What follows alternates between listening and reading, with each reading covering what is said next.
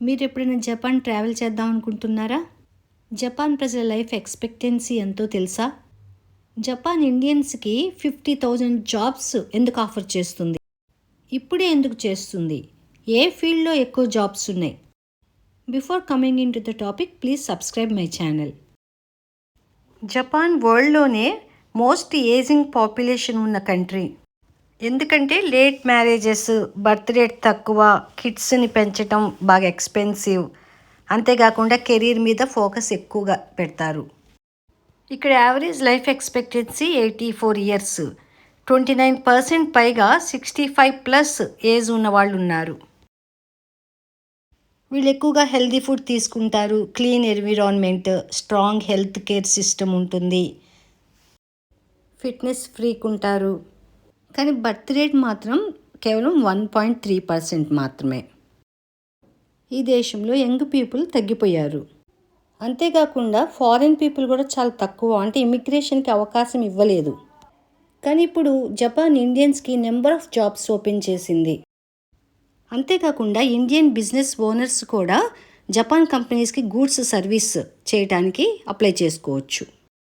అయితే ఇప్పుడే ఇండియన్స్కి ఎందుకు ఆఫర్ చేసింది జపాన్ అంటే, ఫస్ట్ అక్కడ యంగ్ పాపులేషన్ తగ్గిపోవడం ఒక రీజన్ అయితే, 2020లో చైనా ఇన్వెస్ట్మెంట్స్ని ఇండియా ఆపేసింది. అదే టైం నుంచి జపాన్ ఇన్వెస్ట్మెంట్స్ ఇండియాలో డబుల్ అయ్యాయి. గత 5 సంవత్సరాలలో $50 బిలియన్ ఇన్వెస్ట్మెంట్ చేసింది జపాన్ ఇండియాలో. ఒక లాస్ట్ ఇయరే $8 బిలియన్ ఇన్వెస్ట్మెంట్ చేసింది. 2030 కల్లా $60 బిలియన్ ఇన్వెస్ట్మెంట్ చేస్తుంది. అంతేకాకుండా ఇరు దేశాల మధ్య 5 లక్షల మందికి ఇమిగ్రేషన్ ఆపర్చునిటీస్ కల్పిస్తుంది.